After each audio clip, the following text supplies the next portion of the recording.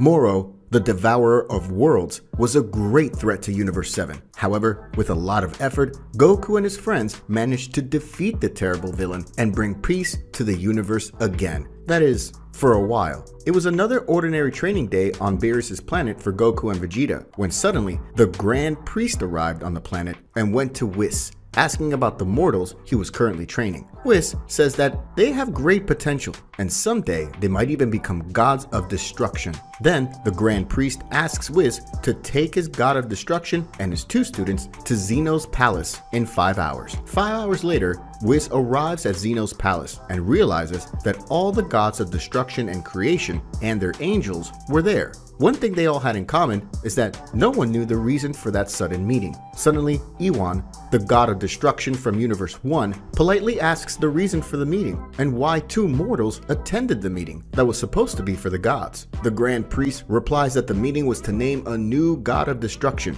and as in Universe 11, there was already a candidate for Destroyer, Jiren was not called. So Zeno decided to call the mortals from Universe 7, Goku and Vegeta. They were the 2 warriors who excelled in the Tournament of Power. At that moment, everyone in the place was in shock, including Beerus himself, knowing that he could be replaced by Goku or Vegeta. Vegeta says, "Are you telling me that we were all tested by both Zeno and you? Aren't there 12 gods since the end of the tournament? Why do you need another one?" At that moment, Arak, the god of Universe 5, scolds, saying, "How dare you speak like that with the Grand Priest, mortal?" But the Grand Priest completely ignored the god of Universe 5 and says that everything was fine. And to clarify all doubts, he said, "We are replacing this god because this deity has not been able to fulfill the responsibility of his job for many years and is no longer able to serve the cosmos." The gods of destruction are very anxious to know which of the 2 will be their new co-worker.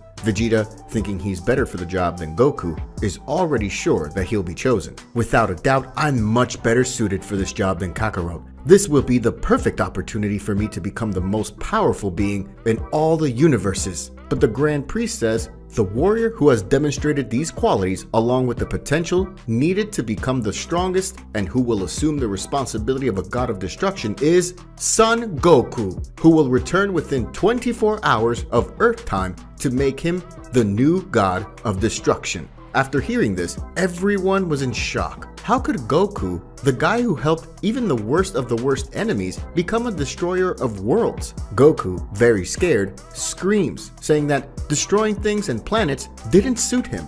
But the Grand Priest says that the job of a god of destruction is much more than just destroying things, and Goku would learn about that with some experience. Goku, after hearing this, feels a little more relieved. The Xenos smile at Goku and says he'll be a great god of destruction. At this point, Vegeta is very angry and says that Goku was only chosen because he was Zeno's friend. What does that idiot have that I don't? Zeno must have chosen him because Kakarot is his friend. But Beerus, extremely angry, tells Vegeta to shut up and that the next time he accuses the great Zeno of favoritism, Beerus himself will kill the prince. Vegeta, startled by Beerus' fury, apologizes, and everything returns to normal. Whis said that his father was right, and soon he'll understand that being a destroyer is much more than just destroying, eating, and sleeping. Beerus is angry by these words, thinking it to be an indirect criticism of the angel. The Supreme Kais, while being surprised that Goku has become a god of destruction, are also curious to know in which universe he'll reign. Vegeta grabs Goku's clothes and says that it's not because he'll be a destroyer that he will be stronger than him. "Just because you'll be a destroyer doesn't mean you'll be stronger than me, Kakarot." And Goku says he wouldn't fall behind Vegeta either. Then everyone goes back to their respective universes. Goku decides to gather everyone at Bulma's house and says he has something important to tell them. After everyone arrives, Bulma wonders why everyone was gathered. Goku then says, "Hey guys, apparently I'm a god of destruction now." Everyone, very scared, screams, "What?" And Chi-Chi, as usual, faints. Finally, the 24 hours have passed and the day has come when Goku will officially become a god of destruction. And if Goku is going to become a destroyer, that means some god of destruction will be replaced. And it will be at this meeting that the Grand Priest will reveal which universe Goku will be sent. In Zeno's palace, only the gods of destruction, the Supreme Kais, and the angels are present. This time, not even Goku is participating. During this meeting, the 8 gods of destruction who are below average are extremely scared. After all, one of them will be replaced by Goku for not fulfilling his divine role properly. Meanwhile, Iwan, Arak, Liquor, and Jin are very calm because they're the only ones who are with the universe with an above average quality and have fulfilled their roles as gods correctly. So they're not at risk of being replaced, as they are doing a good job. The only ones at risk are the 8 gods whose universes participated in the Tournament of Power. The Grand Priest warns that the ritual to officially transform Goku into a god of destruction will begin in about 24 hours on Earth time. At that moment, Vados thinks that she wouldn't mind serving the mortal Goku, as he'll be great for the god of destruction, as she knows him and knows that he has an ability to get stronger very quickly. Meanwhile, Margarita, she just hopes that Goku isn't an idiot and actually does his job properly. At that moment, Champa was apparently more angry than afraid. He glances at Beerus and thinks to himself, great, now my brother's gonna rub it in my face that he, in addition to winning the Tournament of Power, had a member of his team promoted to God of Destruction. Finally, it's time for the Grand Priest to announce who will be replaced by Goku. At that moment, all those gods of destruction who are in danger of being replaced are very scared. Silence rules the place for a moment, an extremely tense moment. That's when the Grand Priest finally says, Mr. Champa, for Universe 6, please step forward. Champa, thinking that the worst had already happened, says the following words in his mind. I knew I should have listened to Vados. If I had really gotten in shape and destroyed the planets, I wouldn't be in this situation. All that food is now worthless. Champa, as he takes his first step, shows that he is completely sorry for having been a fool while he was a destroyer. The Grand Priest looks at Champa and speaks the following words. Mr. Champa, you are being removed from your responsibilities and obligations as the God of Destruction of Universe 6. This decision was made by me and the great Xenos. You will be removed because of your unfit stature and because of your questionable choices while in your position. You prioritize competition and spent much of your time collecting the Dragon Balls and traveling to other universes without the great Xeno's permission. Because of this, your universe is below average. In recent years, you've been more negligent than usual, so your universe has become more chaotic than usual. And that's because you haven't fulfilled the needs that your role demands. Therefore, you will be the God of Destruction replaced by Goku. After listening to the Grand Priest, Champa says that he understands that situation and that he should have realized that one time or another this would happen. He asks what would happen to him now that he would no longer be a god. The Grand Priest says that he'll be converted back into a mortal, and thus he will begin to age immediately from the moment he accepted being a god of destruction. He asks Champa which planet on Universe 6 he would like to spend the rest of his life on. Champa, with a simple smile on his face, says that he wanted to spend his last moments on the Earth of Universe 6 because that planet was a gift. The Grand Priest turns Champa back into a mortal and sends him to planet Earth from Universe 6. While all this is happening, Fuwa, the Supreme Kai of Universe 6, is extremely sad because he had advised Champa many times, but it never worked, and Champa always threatened him in some way. And after those sad words, the Supreme Kai from Universe 6 disappears. Fuwa goes to the other world, where he will spend the rest of his days being a dead god. Beerus, who never showed any affection for his brother, now has a serious and thoughtful expression as he may never see his brother again. All the gods are in complete silence. Many of them didn't like Champa's attitudes and choices, but they still had respect for their colleague. The Grand Priest says,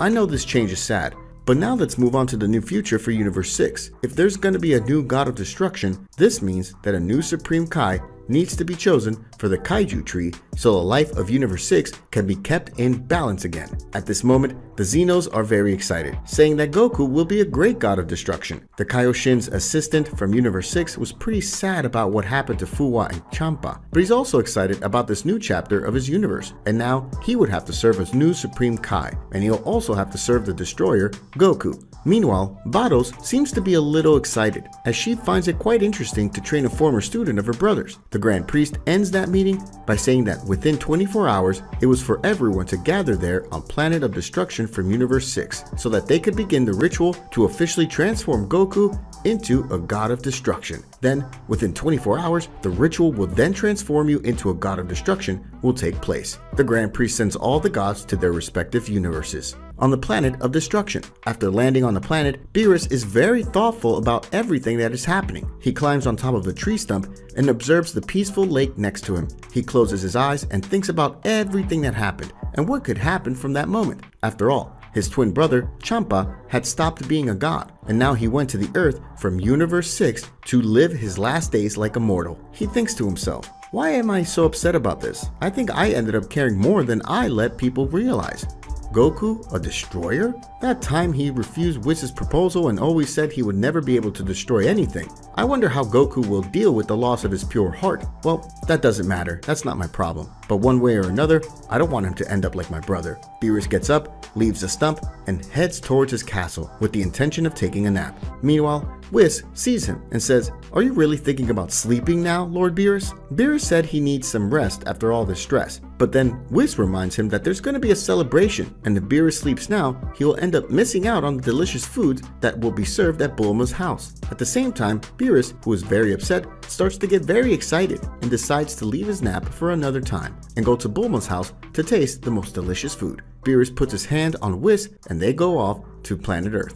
Meanwhile, back on Earth, everyone is gathered on the balcony for a big party, and Chi-Chi, who had fainted upon hearing that Goku would become a god of destruction, has just woken up. To everyone's surprise, Chi-Chi is happy to know that Goku will become a god of destruction, because according to her, Goku will finally have a real job. She knew that being a farmer didn't suit him, but now he would finally have a real job. Bulma, who is quite surprised by Chi-Chi's reaction, says that it's decided Goku will become a god of destruction, and they should celebrate. After saying that, Bulma tries her best not to look worried, but she is very worried because she knows that Goku will never be able to destroy anything. Trunks approaches Goku and says, "You know that when you become a god, you're gonna have to destroy, right? Why did you take this job?" Goku explains that he didn't have much choice, but when it comes time to destroy planets, he said he'll avoid it as much as possible. At this point, Goku remembers the words of the Grand Priest when he said that being a destroyer was much more than just destroying planets, and that he would understand that when he started training with an angel. Goku is very worried about all this, but he knows one thing, that he couldn't just say no to the Omni Kings, or he would put the entire universe at risk, even though he was Zeno's friend. He wonders which universe he'll be sent to, and also wonders if Beerus will allow him to make some visits to Universe 7 to visit his friends and family. Goku is literally freaking out by stepping out of his universe to be a destroyer. Goten approaches Goku and asks if he could go with his father to train in another universe. Goku says he doesn't believe that would be possible, but he could ask Whis. Goten says that he intends to someday become as powerful as his father, and upon hearing this, Goku says that he's sure that Goten will become very powerful. Goku senses Whis and Beerus' kid approaching. When they arrive at Bulma's house, Beerus is very excited about all the food on the table. While Beerus puts all his worries aside, Whis remains worried about breaking the news to Goku, but he prefers to wait a little longer and lets Goku enjoy that night, because that would be his last night as a mortal in Universe 7. Some time passes and Whis decides to give everyone some information. I see that not everyone is informed, but to sum things up, yes, Goku will become the next god of destruction, and I'm going to start explaining all the details now since everyone has finished eating. Bulma asks how the meeting went and if he already had any idea what the universe would be where Goku would be a god of destruction. So Whis explains, yes, indeed it is very sad that Goku will be replacing Lord Beerus' brother. Unfortunately, for not properly fulfilling the functions of a destroyer, Lord Champa was relieved of his responsibilities as a god. Goku will train as the new destroyer of Universe 6. They ask Whis what happened to Champa, and Whis explains that he has now been sent to Earth from Universe 6, where he will spend the rest of his life as a mortal. Tien, who is also there, asks Whis if Goku would work side by side with the Supreme Kai from Universe 6. Whis says yes, but it won't be the same Supreme Kai that they knew, as when the destroyer leaves his job, the Supreme Kai dies and is sent to the other world. Then, the universe remains in balance until the new god appears. Vegeta enters the conversation asking, so how are they going to choose another Supreme Kai? Who decides to answer this question is not Whis, but the Supreme Kai of Universe 7, Shin.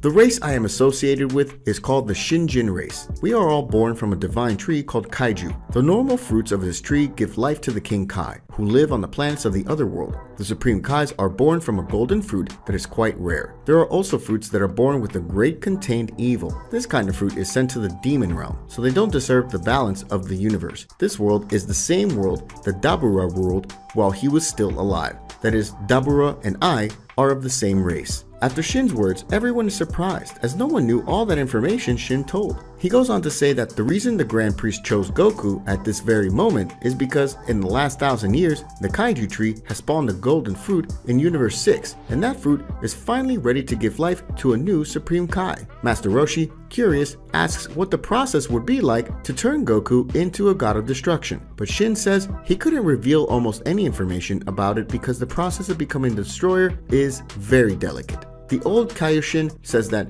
within 24 hours, Goku would become a true god of destruction, and that he had a little certainty that Goku would do a great job. Goku approaches Whis and asks the angel if he could visit his family from time to time in Universe 7. Whis says the following: "Unfortunately, you won't be able to do that until your training is complete. For you to visit your family, everything will depend on the speed at which you will progress, and this time, your training will be totally different. After all, you will be trained by my sister, who is much harder than I am. But when you finish your training as a god of destruction, I don't see a problem with you paying a little visit." A few hours later, it was finally time for Goku to say goodbye to his old friends. Whis approaches Goku and says, "Goku, are you ready?" Goku replies that yes, he was ready to leave. Goten holds back his tears and says that he'll miss his father a lot, and Goku says that soon, when he finishes his training, he'll be back to visit them. Goku decides to give Goten a little motivation by saying that when he gets back, he wants to test his son's power. Goten stops crying and gets really excited. He even calls Trunks to train with him in the gravity room. Vegeta looks at Goku and says, "Don't think it's over, Kakarot.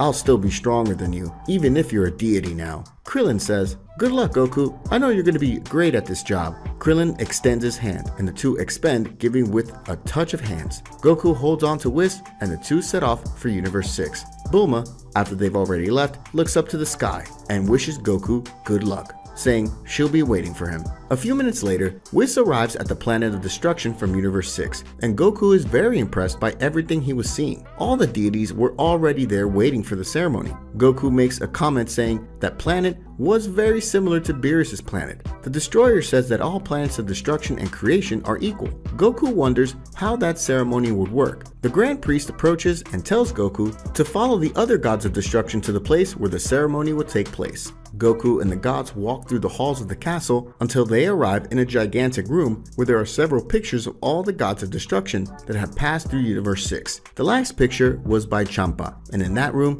there were also two statues representing a god of destruction and a god of creation. The god of destruction statue wore the same clothes as Champa, and the god of creation statue had the same clothes as the Kaioshins. The Grand Priest tells Goku to sit on the pillow on the left side. Goku notices that there's a golden fruit on the pillow next to him. He wonders what the golden fruit was, and the Grand Priest says that that was the Kaioshin he was going to unite with. Meanwhile, all the Kaioshins and destroyers are standing still, watching all the angels going to Goku and make a circle around him. All the angels join hands and a great barrier of energy begins to emerge. The Grand Priest says, "You need to clear your mind, Goku. Think of nothing but emptiness. It is crucial that you do this." The moment Goku empties his mind, all that energy flowing around his body causes the golden fruit to bloom and a new Kaioshin emerges. Goku, after all that energy is gone, says he didn't feel much difference, but the Grand Priest says that from that moment on, he will no longer age, and that his life and the life of the new Kaioshin will be a single shared life. If one of them dies,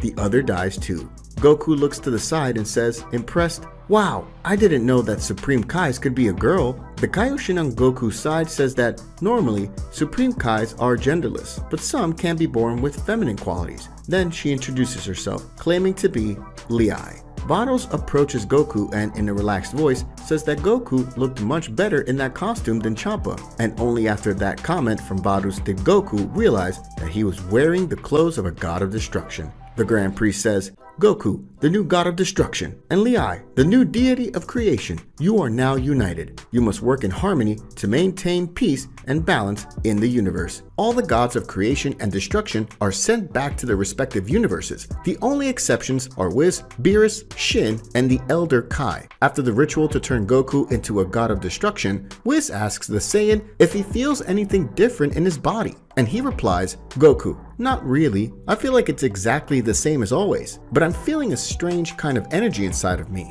Then Whis explains what that energy was flowing through Goku's body. He says this is probably the energy of destruction starting to manifest. Now Goku, in addition to having the ki of a god, also has the ability to use the energy of destruction, and he says that training and getting stronger will allow Goku to use much more of that energy. The new Supreme Kai, Liai, wonders what will happen to her. Who answers is the old Kai. He says that she'll be working and training with her assistant on her own planet. From today, she will have to learn and strengthen herself to ensure that Universe 6 is back in balance. As the other god of destruction, Champa, didn't do a good job. He left everything a mess, and she, with Goku, have to fix it. Hearing this, Liai says goodbye to Goku and says that he can go visit her anytime. After saying that, she leaves with her assistant, going to the supreme planet of Universe 6 with their instant transmission. After that, Goku also says goodbye to Shin, the old Kai, Beerus, and Whis. Goku says that he'll get much stronger and will soon finish his training as a god of destruction, and when he does, he will challenge Beerus to a rematch.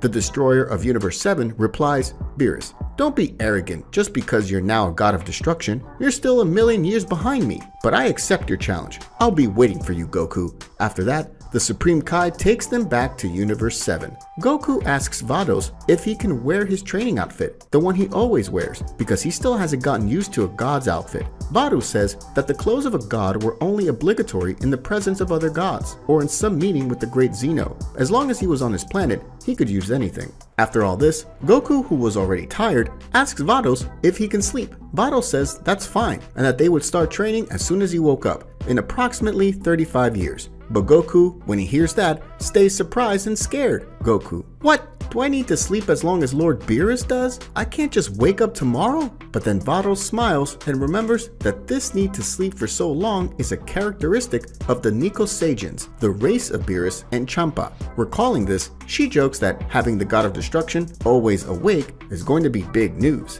Vados takes Goku to his room and he quickly falls asleep. The next morning, Goku's training begins. He asks Vados what the first stage of his training as a god will be like. Vados replies that first they will find out how well he can access his energy of destruction, but Goku asks how he can do that. Vados explains that the energy of destruction, as the name implies, is based on destruction, the strong emotions behind it. Usually, when people are destroying, they feel anger, sadness, despair, and some other emotions. Goku is a little disappointed and then says, should I feel bad about using the energy of destruction? That doesn't seem like my style. Vados explains that this is just the beginning, but given time and with the proper training, he could access this energy without having to go through it. Vados says it was time to start training. Goku begins the first attempts to use the energy of destruction. Apparently, all his attempts were futile, as the only thing he was doing was feeling angry and using his normal Kai. He tries many times, but everything is useless. Vados, seeing all of Goku's fails, sees the problem. He was accessing his energy source from a god of destruction. He was just using his old energy. But despite everything, Vados tells Goku that she already knows what the problem is, and she says that meditation training will make everything simpler. Vados sits on the ground and asks Goku to do the same. After that, she says she needs him to close his eyes and focus on where his energy usually comes from. Initially, he won't see anything, but if he concentrates on the center, he will encounter a weak, dark energy.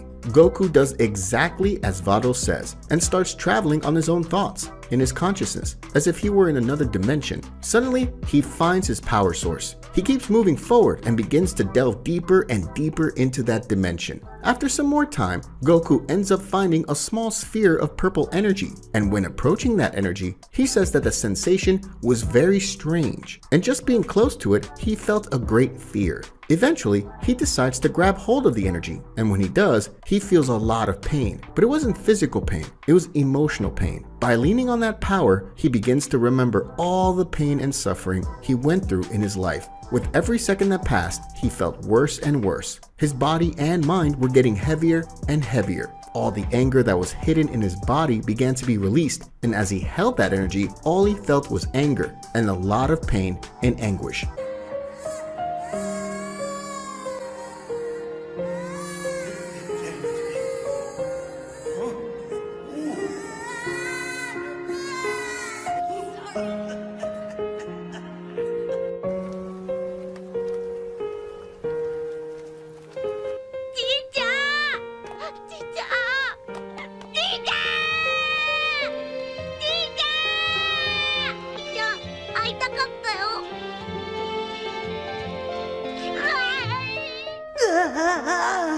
Oh no, Krillin, I'm here! Wake up! He's gone. No, Frieza! Don't do it! Goku!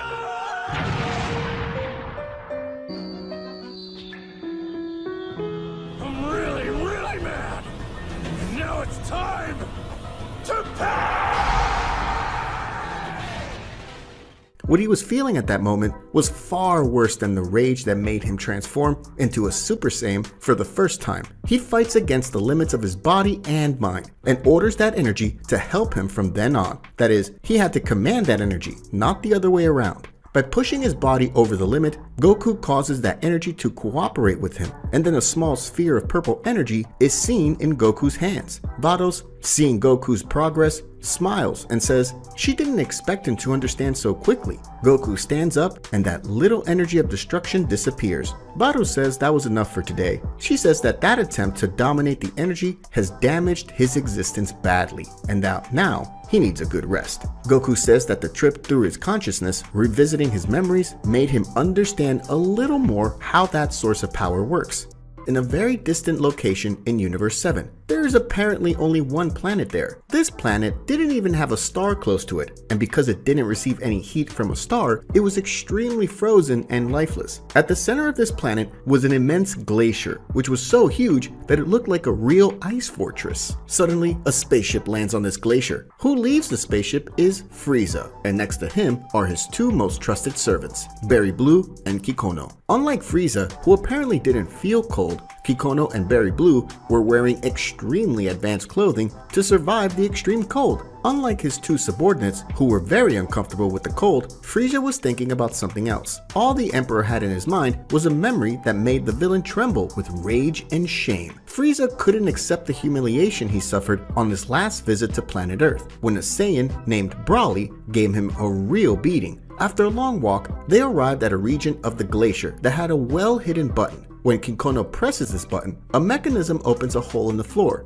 and an elevator appears. When they enter, the elevator goes down at a high speed to the underground of the glacier. As the elevator goes down, Frieza says, "I haven't been to this place for a long time." Berry Blue responds by saying that Frieza was right and that the last time they went there, King Cold was with them and that they went to arrest someone. Frieza says, "This prison was built by my father, especially with the intention of imprisoning this person. After that, it was no longer necessary for us to come here." The elevator stops, and when the door opens, they see a hallway with hundreds of soldiers. It was almost 1,000 soldiers from Frieza's army just to guard a single prisoner. When Frieza started to walk, all the soldiers were kneeling down, showing respect to the great emperor of the universe. Seeing this, Frieza smiles and says, "So many soldiers, but in the end, they're all useless. If he freed himself, they would all be easily eliminated." Upon reaching the end of the hall, Frieza comes face to face with a well-reinforced door. Berry Blue, who is by his side, starts to tremble with fear just remembering what had happened in the past. She begins to remember that a few decades ago, the general of Cold's mighty army was the great Cooler, the king's firstborn son and Frieza's older brother. Cooler was extremely powerful and had great achievements for Cold's army, but Cooler's power grew so much that the king became very worried about him, as his powers had already far surpassed the powers of the king and Frieza. One day, fearing that Cooler would usurp his throne, Cold, along with Frieza, made a plan to capture Cooler, and with a sneaky plan, Cold and Frieza managed to capture him and his most trusted men and imprison them in a prison specially built for them. That prison was the one they were in now. Frieza places his hand on the fingerprint scanner next to the door, and after his identity is confirmed, the reinforced door opens. Inside that big room was a big tube filled with liquid, and inside that tube, surrounded by that liquid, was Cooler. He was sleeping, and his arms and legs were held together by huge metal plates. Seeing his brother, Frieza says, "There's my big brother. Congratulations, Kikono. It seems that your prison capsule is working perfectly, even though many years have passed." Kikono thanks the compliment and explains how that capsule worked. He explains that the liquid in the capsule is a powerful sedative, and thanks to this sedative, Cooler remains paralyzed and drowsy. And this metal that holds his arms and legs is made of a special material that helps neutralize Kai. Kikono also says that he worked a long time on this capsule, and it took a lot of resources from Cold's army to build. Frieza praises Kikono, saying, "You did a good job with this prison, but now I want you to empty the capsule and remove the sedative liquid." Hearing this, Kikono is very scared and wonders if that was a good idea. Lord Frieza, with all due respect, are you sure about this? I don't know if only the metal plates can hold Lord Cooler if he's not sedated. But Frieza only responds with a frightening look, one who doesn't admit to having his authority and power questioned. The little yellow man is filled with fear. Obeying Frieza, Kikono goes to the main computer in the room and releases all the sedative liquid from the capsule. After that, Cooler starts to wake up. Kikono is very impressed by that. Amazing. Just a few seconds without a sedative is enough for your body to start waking up. Upon finally opening his eyes, Cooler sees the image of his brother in front of him and then shouts, "Frieza!" But Frieza responds in a quiet voice, "Hello, brother. How have you been all these years?" "You damn! How dare you stand before me? Where's our father? I don't deserve Cold's illustrious presence." Frieza explains to Cooler that their father was long dead. "Damn it! Who dares to do this? I was the one who should have killed him." Frieza angrily says, "Amazingly, it was a Saiyan." "What? This is impossible. A monkey like that could never kill our father." "Oh, Cooler, so much has changed since you weren't here. As shocking as this may sound, the Saiyans are no longer the vermin we used to subdue." And then Cooler says, "What blasphemy! How could you let that happen, you idiot?" At that moment, the plates that held Cooler starts to vibrate with the increase of his Kai. Frieza replies, "That's why I'm here, brother. As much as I hate to admit it, our army that once dominated everything we wanted is no longer the ruler of the universe. I need you to join me to form a true elite of powerful warriors to defeat the Saiyans who live on planet Earth." But Cooler gives his answer, "Join you? I'll kill you. I will kill your servants, and then I'll find this planet Earth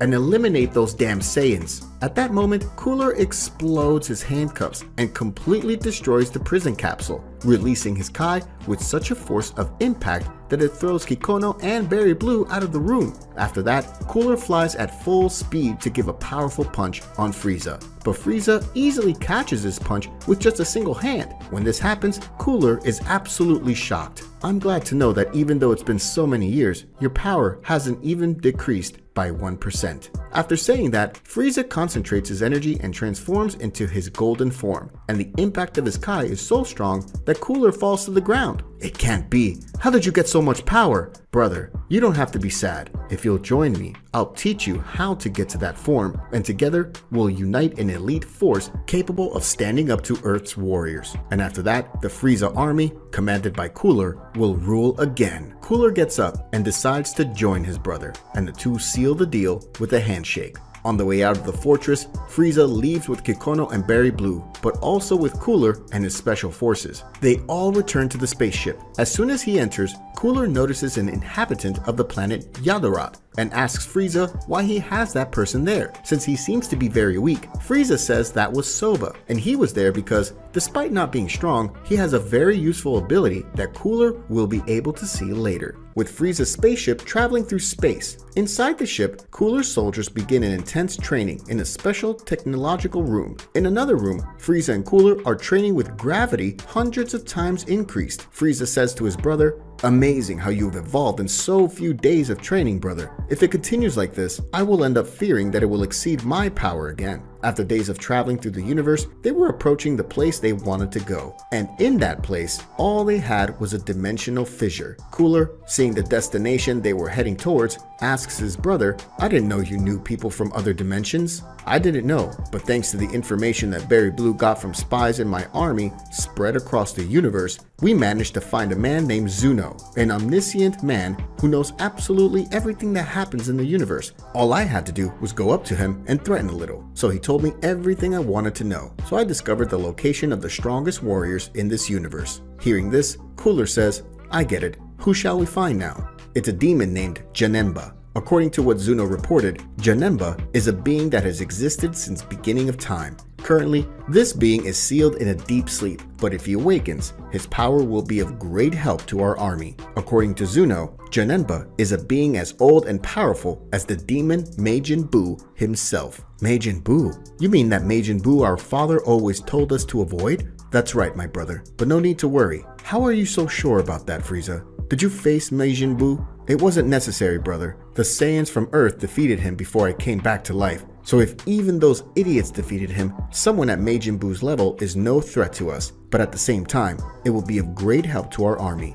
Arriving in the dimensional fissure, Kikono asks Yadorat's man, Soba, to teleport the spaceship into that dimension, because they wouldn't be able to pass through that fissure without the ship being completely destroyed. Cooler, hearing this, asks his brother, is it possible to teleport an entire ship to another dimension? He is an inhabitant of a planet called Yadorat. On this planet, the inhabitants have some very peculiar abilities, and one of them is the instant transmission. In this case, Soba is a true master of this technique, far above even the inhabitants of his planet. Now I understand why you want him here, Frieza. He's a very useful insect. As soon as the spaceship got close to the fissure, Kikono orders Soba. Now, Soba. Soba touches one of the walls of the ship, and then he uses the instant transmission. Suddenly, the ship disappears from that region of space, and then reappears on the other side of that dimensional fissure. The realm of darkness was a cold and dark place, and the skies were as red as blood. In this dimension, many dark creatures roamed through the sky and earth,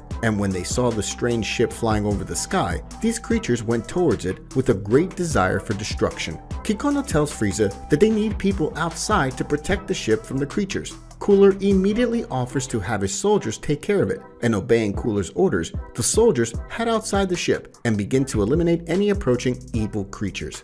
After a while of flying through the bloody sky of the realm of darkness, they finally find a great castle. The ship lands on top of this castle. Frieza, Cooler, and their special forces enter in the castle. On the way to the center of this castle, they are attacked by several demons that guard the place, but Cooler's 3 soldiers defeat them all with great ease. When they arrive in the main room, they notice a large capsule in the center of the room. The capsule was being guarded by 3 guards, who we later learn are called Sancho, Nikki, and Ginger. Sancho, seeing the invaders, says, "They're not the mages. We don't need to worry about them. We can go with all we got." At that moment, the 3 demons raise their powers to the maximum, and the whole place starts to shake. According to trackers from Cooler's Special Forces members, each guard has a power of around 500,000 units. Door, one of the soldiers, says, "Amazing. If we hadn't trained our Lord Frieza's ship, we wouldn't stand a chance against them." The castle's guardians advance at incredible speed against the soldiers, but in an instant, Captain Salza, alone, beat all of them with his Kai blade. Seeing this, Cooler says very proudly, "Better give up. You can't against Cooler's special forces." The 3 guardians look at each other, as if planning something without even needing words. With a smile on their faces, the 3 become just a single warrior, making a kind of fusion that makes them a single warrior that much more powerful. The warrior says in a childish voice that doesn't suit his size, "Behold, the most powerful fusion ever. I am Genisho." At that moment, Cooler's soldiers, upon hearing Genisho's funny voice, start laughing. But everything changes when they try to measure the power of the demon. Laughter gives way to great fear. Genisho's fighting power was so great that it couldn't be measured by the trackers. The soldiers, even with fear, go all out against Genisho. And even with great teamwork, with very well synchronized blows, they couldn't do anything to hurt that monster. Seeing this, Cooler impatiently says, "Men, back off." The soldiers retreat to their leader's back. After that, Cooler looks at Genisho and says, "I'll only ask once. Better let us pass." But Genisho laughs at Cooler, making a mockery of his power. Cooler says it's a waste of time having to deal with that creature, but he had no choice. He stretches out his hands to Genisho and says, "Deadly paralysis." Suddenly, a wave of energy fired by Cooler hits Genisho. Upon being hit by that power, Genisho loses all his movements. Frieza smiles and walks slowly towards Genisho, then says to the Guardian, "There's nothing you can do against our forces. We don't need to solve everything with such violence. We didn't come here to attack you, but to free the creature that is inside that capsule." I don't understand. Why would anyone want to wake up one of the primordial beasts? It could mean the end of the entire universe. Why do you want to do this? "Oh, you seem to know a lot about the creature in there. Tell me how I can free him." We're just second-tier guardians. We can't do that kind of thing. Before Genisho has finished speaking, Cooler fires a laser from his finger and kills the Guardian. Frieza gets very angry. "Why did you do that, my brother? He seemed to know a lot." "I'm tired of waiting. If we want information, it's better ask for that guy called Zuno who knows everything, don't you think?" "Alright."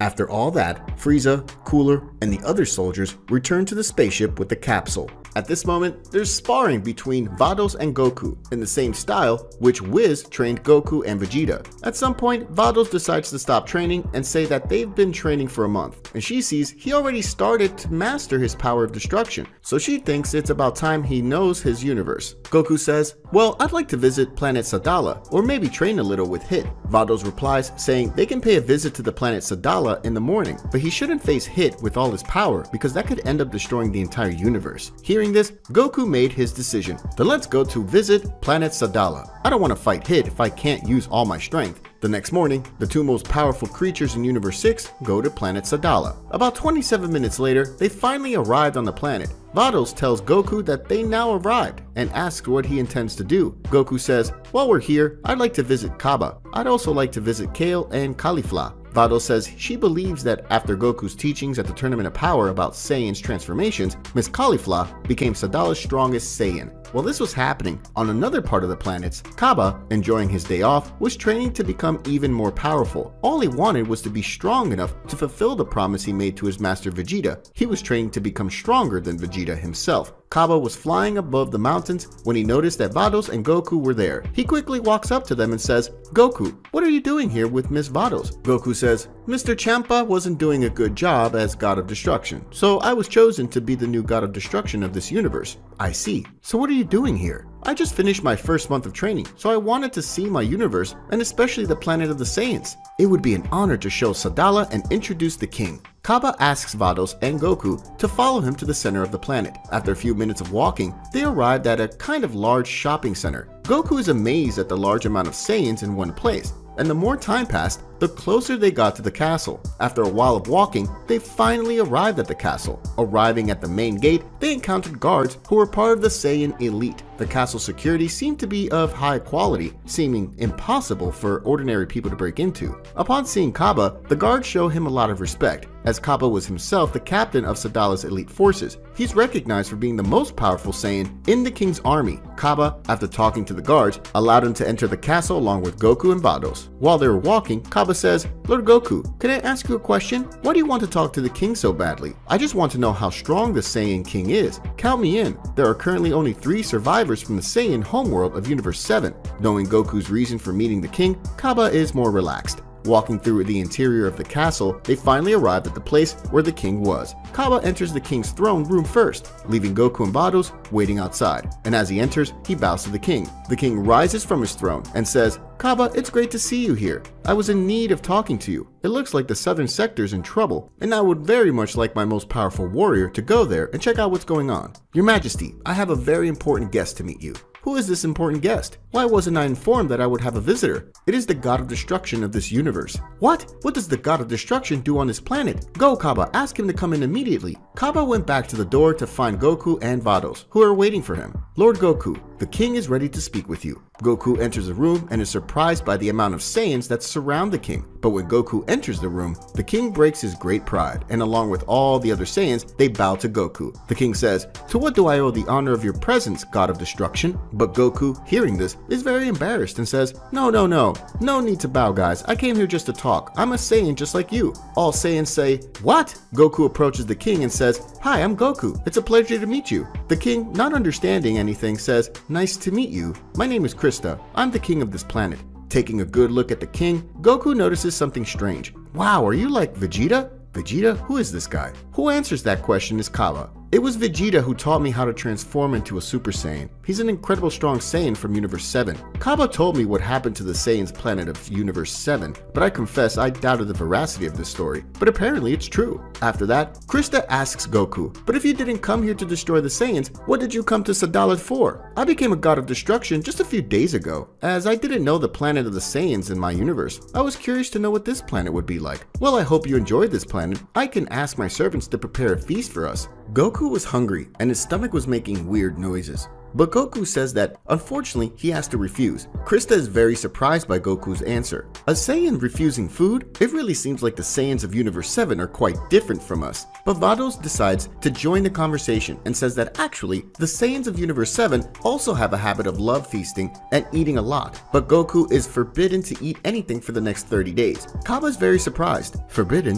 Why? Vados explains that during his training, Goku got too carried away and ignored all her requests. As a result, he nearly destroyed the entire universe. Because of all the mess he made, she had to go back 4 seconds in time to fix everything. So as punishment, she forbade Goku to eat anything for the next 30 days. Krista, impressed by this revelation, says, "The entire universe? Incredible! You really are the most powerful Saiyan of all." Vados says that Goku is currently one of the 5 most powerful gods of destruction in all of the universes. Impressed by that, Krista says, "I had no idea a Saiyan could get so powerful. Lord Goku, can I ask you something?" Goku was a little surprised. "A request? What is it?" And then Krista reveals his request. "Could you fight me? I would like to see how strong I am compared to the most powerful Saiyan. After all, I am the Saiyan that represents this planet." Despite Vados and Kaba's surprise, Goku simply smiles. "I thought you'd never ask." The god of destruction, Goku, is in the palace of the king of the planet Sadala. The atmosphere becomes extremely tense after Krista asks Goku to fight against him.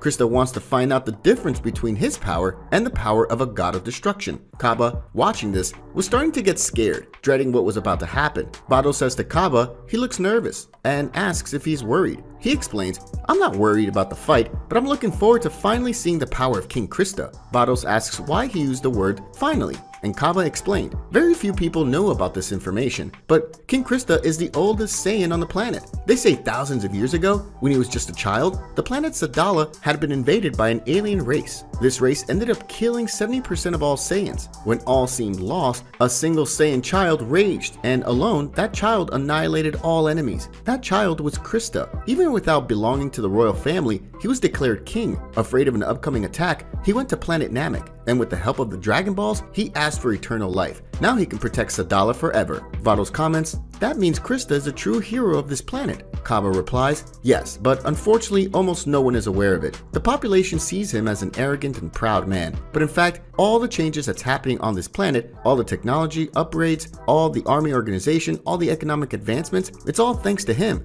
Vados asks why Krista doesn't just tell the world the truth. Kaba explains, he doesn't like to attract attention. If this story were to spread across the universe, it could be very problematic, and many warriors could come to Sadala to face him and prove their strength. Krista doesn't want to put the planet and people in danger, so he prefers to keep this secret. That's why no one saw him fight in many generations. Vados says that Krista seems to be a truly responsible king who truly cares about his people and his planet. Besides that, he's probably a very powerful king too. Kaba very proudly says, "Yes, King Krista is no doubt a great king and also a powerful warrior." But 1 second later, he's upset. Kaba says, "He's without a doubt a legendary Saiyan and is very important to the history of our planet. But unfortunately, even his own daughter thinks the worst of him." Vados wonders about this daughter and asks Kaba about her. Kaba says, "Do you remember Kale, that Saiyan girl who participated in a tournament of power? Krista is her father." Vados says that Saiyan named Kale is very strong. So if Krista is her father and he is that legendary warrior who defeated an entire army when he was just a boy, he must be really amazing. Kaba agreed. "Yes, he is amazing, but I'm realistic. No matter how powerful he is, Lord Goku is already at the level of a god of destruction, so I believe this battle won't last long." Suddenly, King Krista shouts, "Here I come, Goku!"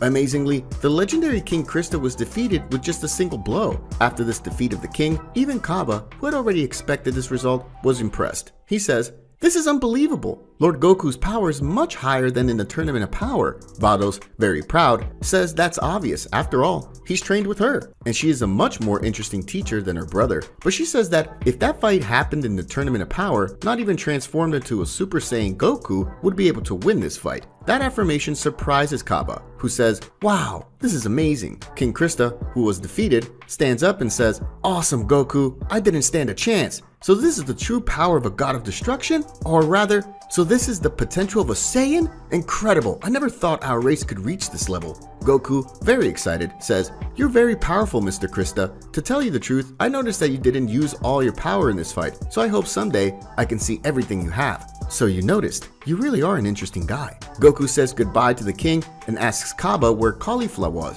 Kaba decides to take Goku and Vados to the warehouse where Caulifla was. Arriving at the warehouse, Goku asks Kaba if that's really where Caulifla was. It was a totally different place from all the rest of the planet. Kaba responds by saying that Caulifla lives there along with Sadala's rebellious Saiyans. Basically, he explains that while he leads the king's army, Caulifla leads Sadala's criminal army. A Saiyan guard who is at the door walks up to them and asks who they are. Vados responds by saying their name and that they are there to see Caulifla. The man tells them to wait and that he will ask Caulifla if she wants to see them. He goes inside the warehouse, and when he gets close to Caulifla, he says that there are people waiting to see her. Caulifla, who is eating, says she didn't expect a visit and asks who it is. He says he's a blue girl named Vados and such a god of destruction. Caulifla wonders what Vados and Champa were doing there. She yells at the soldier that he shouldn't have kept them waiting and then orders him to let them in immediately. At that moment, Caulifla had no idea that in fact the god of destruction who was accompanying Vados was Goku. The Saiyan guard runs towards Vados and Goku. Arriving at them, he says that Caulifla was ready to speak with them and he apologizes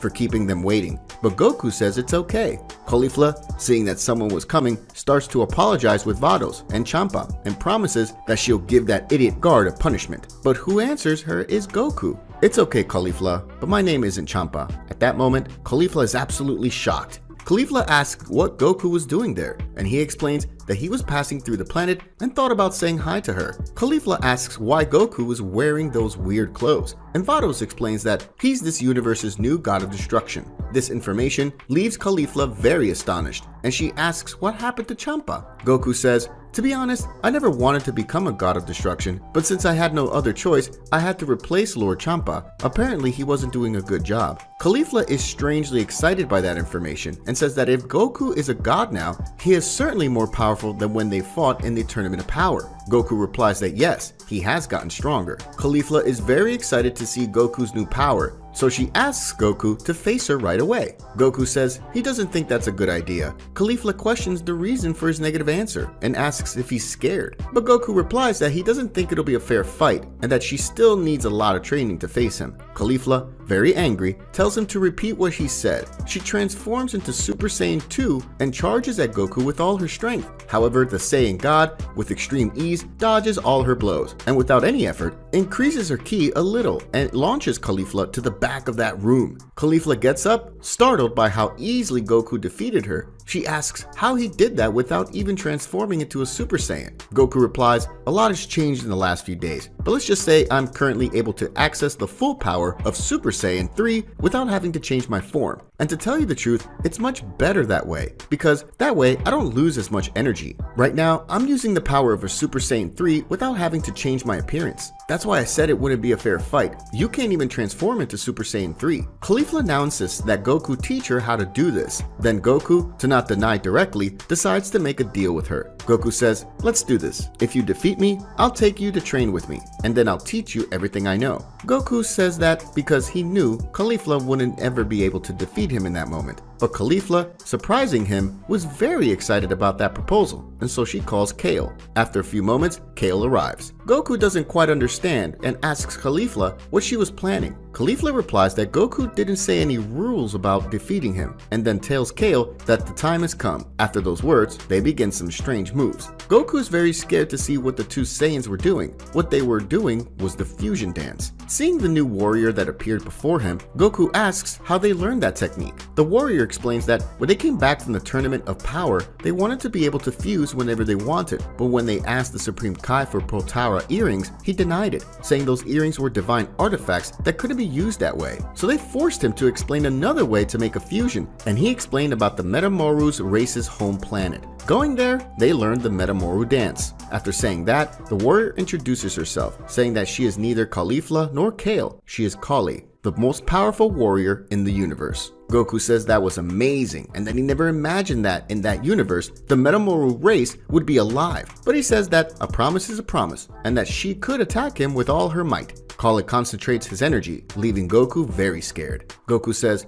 "What? Don't tell me they can use the..." Right now, the entire planet of Sadala is shaking with a gigantic increase in Kali power. The power was so great that Vados had to protect Kaba and the other Saiyans on the ground with a force field. After focusing his energy, Kali shows off his new transformation, Super Saiyan 3. Goku is impressed by Kali's power level, but smiles and says he won't hold back either. Goku concentrates his energy to use his divine transformations, and at the exact moment that Goku would show his divine transformations, Battles lands a blow to Goku's neck, and the God of Destruction falls in a faint. Battles says she had warned Goku that he would not be able to use all his power before finishing his training, and for disobeying the rule, now Goku's punishment would be to go 3 months without eating. Kale, very upset, reverts to her normal form and asks Vados about her training. Vados replies that she'll be back soon to get them. She slams her staff twice in the ground and leaves the planet Sadala. Upon arriving in space, Vados asks Goku why he promised to train the girls. He says,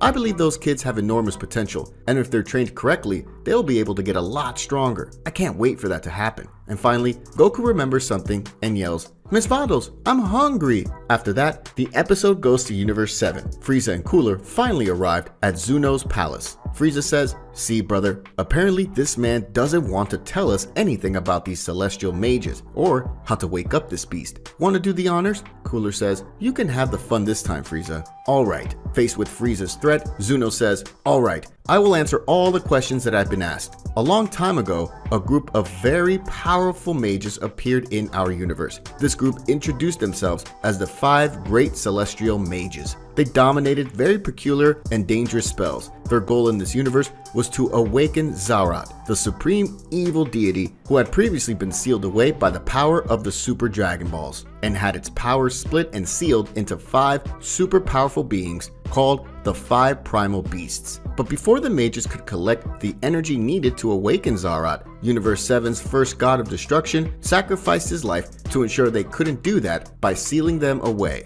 But Zuno interrupts his speech when he notices something, and then he says, "But now the celestial mages are alive. How is this possible?" In a very distant place in the universe, a strange voice says, "How did someone manage to discover us? Didn't you say we were invisible? You are incompetent. You can't even hide your presence. Now we're screwed. Our plan is over again, and it's your fault." There are some other strange people gathered there. Among them, a strange man with wings responds to the man who is complaining. "Calm down, Zorky. It wasn't the gods who found us, so our plane is still safe. The one who found us was a mortal named Zuno, who knows a lot about us. Look how funny this is. Janemba is with them. This is dangerous for our planet. Tyra, finish him off."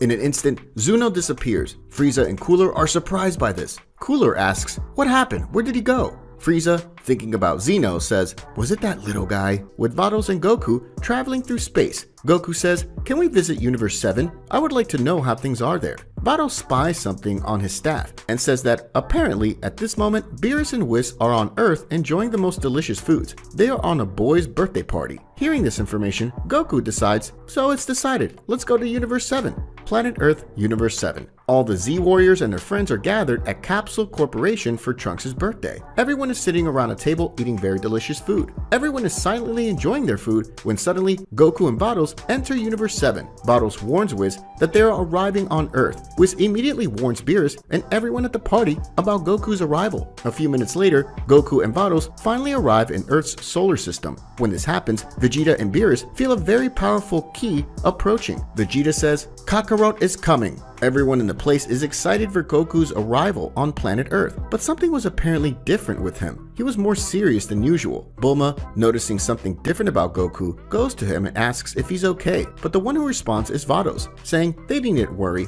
Goku is fine. But Whis, more perceptive than anyone, realizes what was happening and tells Goku that he has already had access to his power of destruction, which is confirmed by Vados, and she said that he only needed a few hours of training for this, which makes Beerus completely surprised and scared. He says, "You did what?" And then Goku confirms, "I've accessed my power of destruction in a few hours of training, but I still don't control almost anything. Every time I try to use this new power, I end up losing control." Beerus says, "Do you think the energy of destruction is something simple? It takes a lot of training to master. That's why you're still light years from my power." But Whis, laughing, adds, I don't think so, Lord Beerus. Lord Goku was able to access the power of destruction much faster than you. But Beerus, annoyed, scolds the angel. Shut up, Whis. Nobody asked you anything. Goku, surprised, asks, is this serious? Was I faster than Lord Beerus? Bottles confirms the information, saying that both Beerus and Champa were only able to get in touch with the energy of destruction after months of training. Upon learning about Goku's new power level, Vegeta feels uncomfortable and decides to leave the place, flying away. Goten and Trunks, who were playing around the house, see that Goku is there. Goten, seeing his father there, ran to him in high spirits. Talking to his father, Goten asks if he has become stronger, and Goku says yes, and also asks if his son did as they agreed and also trained. Goten reveals that he does, and that he and Trunks are going to Monster Island every day to train. He says that Android 17 is a really nice guy, and he lets him train with the Cells Juniors every day, and all they have to do is deal with some invaders. Goku is excited about this, and says that Goten must have improved his skills a lot. Trunks interrupts the father-son conversation by asking him to go see his gifts. Goten, curious, runs after his friend, and the two leave. But shortly after that, suddenly a strange light appears in the sky, making everyone curious. In the sky, they saw Universe 7's Supreme Kai, but he was not alone. Whis, seeing who was there, gets up and says, this energy is from, and then someone says, hello master, it's been a while. And Whis completes, is that you? Pikkon? What a surprise! Beerus, Goku, and everyone there in the place were surprised by what that man had just said. Beerus asks Whis, who is this guy, Whis? Why is he calling you master? I've never seen him before. Did you train strangers while I slept? Whis explains that Pikkon was actually one of the gods of destruction a very long time ago. He belongs to the first generation of gods of destruction. This means that he's the Beerus' predecessor. At that moment, everyone yells, what? Goku goes to Pikkon and says, is that true? So you are also a god of destruction? Pikkon politely responds, yes, but that was a long time ago. Goku insists on the questions, but if you came from a time before Lord Beerus, how are you still alive? Shouldn't you have lost your immortality when you stopped being a god? Pikkon says yes, he's actually already dead. So Goku, rather awkward as usual, continues with the interrogation, asking where Pikkon's halo was. Before Pikkon answers that question, Whis interrupts asking him a much more relevant question. What's going on, Pikkon? Why did you show up just now after all these years? The ancient god of destruction replies, unfortunately, my motives are not good. Everything indicates that the celestial mages managed to free themselves, and I would venture to say that they came back with their plans. So before the worst happens, I came to ask for help from the current god of destruction of this universe. Whis, with a worried expression, says, so it finally happened. It was sooner than I expected. Beerus gives his answer to Pikkon saying, Pikkon, right? I don't know who these mages are. I don't know how you're alive, or why you want my help. But the answer is no. I'm sleepy, and I plan on getting some sleep, so whatever's going on in the universe, they can always find a way without me. Pikkon, very surprised and also angry by his successor's answer, argues, but you are the god of destruction. Your job is to destroy everything that threatens the universe. Your job right now is to help me. But Beerus insists on his answer. Forget it, green guy, I'm out. You know what? All this talk made me sleepier. After defending his position in this discussion, Beerus turns to Whis and calls out to him, Whis, let's go. Whis, seeing that Beerus was determined to not get involved, touches his staff to the ground and leads them away. Clearly very frustrated, Pikkon grumbles, without help, I won't be able to stop the multiversal apocalypse. No doubt it will be the end of it all. Goku, interested in the matter, asks, what do you mean by that? But the one who explains it to him is Vados, saying that a long time ago, very close to the time of creation of everything, Pikkon was the most powerful god of destruction among all the universes, but not even he was able to defeat the celestial mages. Goku asks who these people called celestial mages are. This time, Pikkon explained. Celestial mages are gods from another realm. They've been around since before the creation of universes. They're extremely powerful. Piccolo, who was there listening to everything, comments, for a god of destruction, you're too scared of these guys. Are they that strong? The ancient destroyer answers, for you to understand, if one of them was participating in the tournament of power, the tournament would certainly have ended in a few minutes. But the worst is not the mages, but their plan. Goku asks what their plan is. Pikkon explains that before the universes were created, the celestial mages lived in another realm. In that place, there was an extremely powerful being called Zarat, who was a supreme deity in that place. But when the universes were created, Zarat came to this realm and tried to take control of everything. Being a creature from another realm, Xeno's powers did not affect Zarat, so it was necessary for the dragon god to be summoned, and with the help of the Dragon Balls, Zarat was trapped in a deep sleep forever. After that, Zarat's chief servants, the 5 great celestial mages, came to this realm with the aim of bringing their lord back. To do this, they needed a massive amount of energy, but in that era, he, Pikkon managed to stop their plan by sacrificing his life, but it looks like they're back. Goku, startled, asks if Zorat is that powerful. For example, Pikkon claims that not even Whis could defeat him, and if Zorat wakes up from his sleep, all the universes will be in danger. Piccolo comments that this looks like a big nightmare. Pikkon said that was the reason he asked the current god of destruction for help. He says that last time he was lucky to stop the 5 mages, but this time they can't risk that much. But it seems the current god of destruction doesn't care at all. Bulma, who is there as well, asks why the mages haven't acted if they are free, and why they haven't woken Zorat yet. Shin replies to her, "Miss Bulma, from what Pikkon explained to me, when Zorat was defeated, he had his energy split into 5 parts. Each of these parts created a new life form with reduced power. Luckily, the 5 beasts are still in deep sleep. Each of these beasts were sent to a different universe where they could never be found, and the most amazing thing about it all is that one of these beasts was Majin Buu." Piccolo, understanding that concept very well, adds in the explanation, "I think I understand perfectly. Some time ago, Kami-sama, to become God on Earth, had to expel the evil that was present in his heart. This gave life to Piccolo Daimao.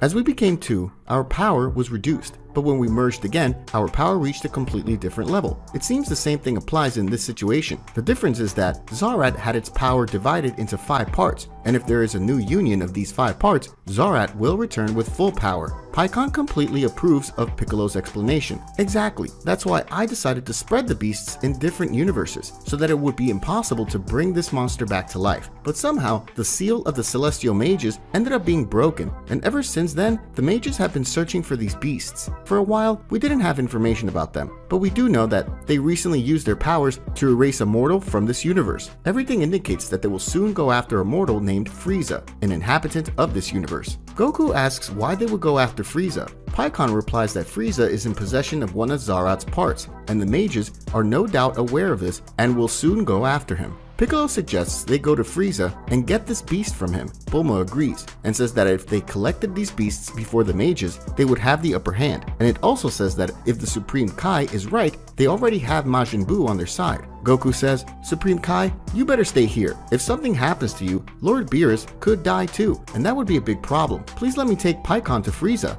Vados reminds Goku that they have a time limit to stay in this universe. The Destroyer guarantees that he will return before the time is up. After saying that, Goku concentrates and locates Frieza's key. After finding the villain, he teleports with Pikkon. Arriving at Frieza's location, Goku discovers that he was not alone, because along with him was another person with a very similar energy and appearance. Goku yells, "Frieza!" Frieza, without even having to look, recognizes that it was Goku screaming his name. Frieza says, "See if it's not Son Goku. Glad you saved myself the trouble of going to that disgusting planet after you." But when looking at Goku, Frieza completely undoes his carefree posture and yells, "What? Is he now a god of destruction?" But Pikkon, uninterested in their personal rivalry, says, "So you're Frieza. Now I understand how Nikki, Ginger, and Sancho were defeated. You are not an ordinary person." Confused, Frieza asks who he was, and if he was a Namekian. Pikkon responds by saying his name, and that he was the boss of those Frieza killed in the Demon Realm. Frieza, with much disrespect, said that those guys were useless, so if Pikkon was their leader, he is just a green worm. Goku asks Pikkon to leave Frieza in his charge, as he has faced Frieza a few times before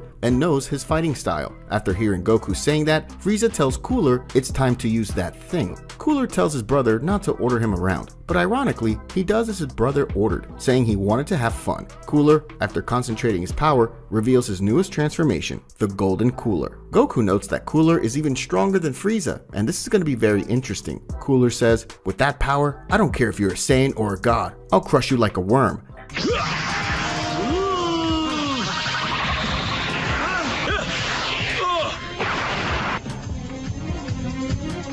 But to everyone's surprise, Cooler is easily defeated by Pikkon. Frieza, seeing his brother defeated so easily, is completely scared. Goku, to avoid further problems, asks Frieza to give him the cocoon, and if the villain does so, they will let him go. Seeing the titanic power of Pikkon, Frieza, despite all the fury in his heart, decides to calm down, turns his back, raises one of his hands, and says, "Take it. This thing is useless. It's impossible to wake this beast." After saying that, Frieza takes the cocoon and throws it into Pikkon's hands. Cooler, who was down, gets up, and he goes with Frieza to their spaceship that was nearby. With the situation resolved, it's time to head back. Pikkon is surprised that Goku allows Frieza and Cooler to leave, even though he knows they intend to do something against him and the universe. But Goku replies, "Don't worry, I'm sure if they do something wrong, Vegeta will deal with them." Pikkon accepts Goku's choice, but says it's time for them to say goodbye. He needs to take Janemba to a safe place. But before going, Pikkon warns, "Goku, don't think we've avoided the apocalypse. This mess is just beginning. Now that we've had one of the primordial beasts, we've just declared war on them." But Goku smiles. "We won't be defeated, I assure you." Pikkon smiles, saying he was an interesting guy.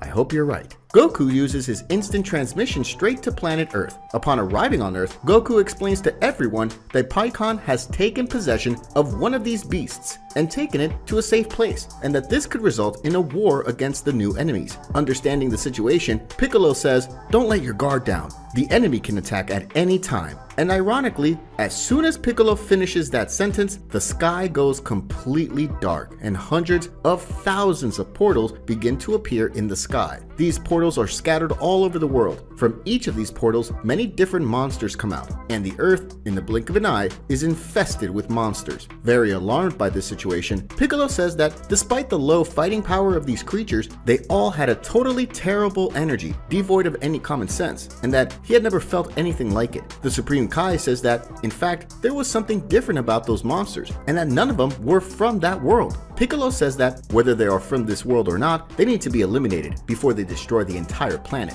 Even Vegeta, who was flying over the mountains far away, notices the enemy invasion. No matter where he looked, the sky was covered by enemies. He quickly decided to return to the Capsule Corporation to understand the whole situation. At that moment, all the portals close, they disappear into the sky, and the beasts madly start attacking energies against the planet. And in the blink of an eye, entire cities disappear from the map. Piccolo, Gohan, Krillin, Tien, Chaotisu, and the Z Warriors who were there in the Capsule Corporation, seeing that disaster, decide to face the enemies and do battle. However, Goku, with an extremely serious expression, says, "There are too many. Even if you all attack at the same time, you wouldn't be fast enough to defeat them all before they destroyed everything." Piccolo tells Goku he's right, and that there's nothing they can do against so many, but then asks what he intends to do about it. Goku asks Vados how much time he has left in this universe, and she says that they only have 1 hour. Hearing this, Goku asks everyone to back off, and realizing what he was up to, Vados asks if he's sure about that. Goku starts trying to expel all of his power, and with this huge power boost from Goku, all the hundreds of thousands of beasts in the world stop scared. Suddenly, we can see Goku with the transformation with purple hair. Gohan, seeing his father's new appearance, says, "So Dad's got a new transformation? That's amazing!" But Vados says it's not a new transformation. The truth is, apparently every god of destruction, when using the Super Saiyan Blue, their hair turns purple. Vegeta was flying at full speed, almost reaching the corporation. When he sees Goku, he asks himself, what will Kakarot do against so many enemies? Transformed or not, it's not possible to defeat so many of them. Goku raises one of his arms, and concentrating a massive amount of energy in his hand, he yells, "Hakai!" In the blink of an eye, every enemy on the planet becomes nothing. Vegeta, seeing that all the enemy energies on the planet have completely disappeared, says in disbelief, "Impossible! All those energies were gone in the blink of an eye. Don't tell me this was Kakarot's doing. Damn! Always one step ahead of me." After using up his destruction energy, Goku slowly falls to the ground, unconscious. Piccolo, admired by Goku's feat, says, "Awesome! Who would have thought that kid would become a god?" Vados says that Goku still doesn't control his energy of destruction perfectly, so until he's able to control his energy, he won't be able to visit this universe again. She says goodbye to everyone and says she'll take Goku back to Universe 6. Shin says that he'll return to the Supreme Planet, as there's the only place where he can feel the things that happen in the entire universe, and that it would be the perfect place to track the movements of these celestial mages. However, before the Supreme Kai leaves, Vegeta arrives at the Capsule Corporation and screams, "Wait! Supreme Kai, take me to Lord Beerus' planet now!" Shin complies with the Saiyans' request, and they disappeared with the Kai Kai. Piccolo walks up to Gohan and says, "Gohan, I believe this will not be the last attack. According to Goku, we're going to war against these guys, and now neither your father nor Vegeta is here, which means that in the next attack on planet Earth, we will be alone." Gohan, understanding his master, says, "I know where you're going, Piccolo. I understand our current strength is not enough to save everyone.